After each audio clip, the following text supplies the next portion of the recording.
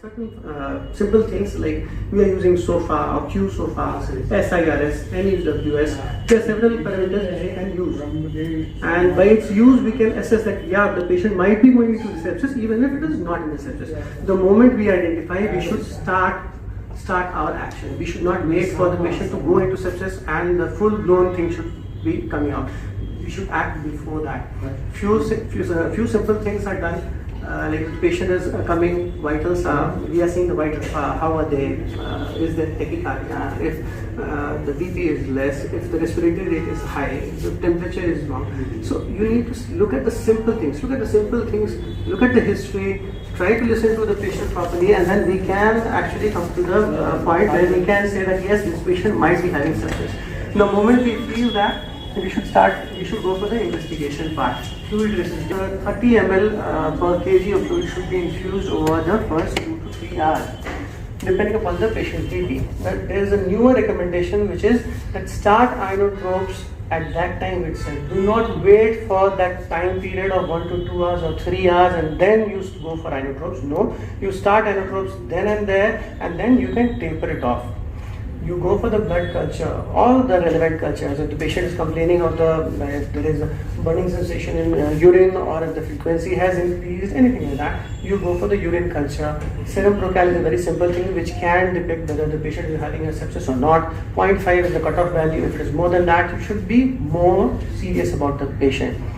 Okay. Then fluid resuscitation, like taking the blood cultures, and then even the antibiotic thing. Antibiotic should be administered ideally within 1 hour. Initially, if the patient is giving certain signs that okay, it is related to the skin infection or some kind of bed sore or something like that, or if it is some kind of lung infection or abdominal infection, there are certain antibiotics which are specific for those regions. Initially, we should be going for broad spectrum, but we need to understand that they should be tapered as soon as possible depending upon the cultures. We need to look into it. It is a very big problem. The patient might be presenting with sepsis. The patient might land up in sepsis when they are in the ICU, and that is one of the biggest challenges which we are facing. And for that, most important thing is hand wash. Hand sanitizer is there. Make sure that we are using it before touching the patient and after touching the patient. This should be the routine. This should be the dictum, and there should be no confusion over it. If someone is not doing it, it's a crime, because the moment the patient goes into sepsis, the bill or the amount of the drugs which we are using becomes very high. The bill becomes 3,000, 30,000, 40,000 just because of those antibiotics.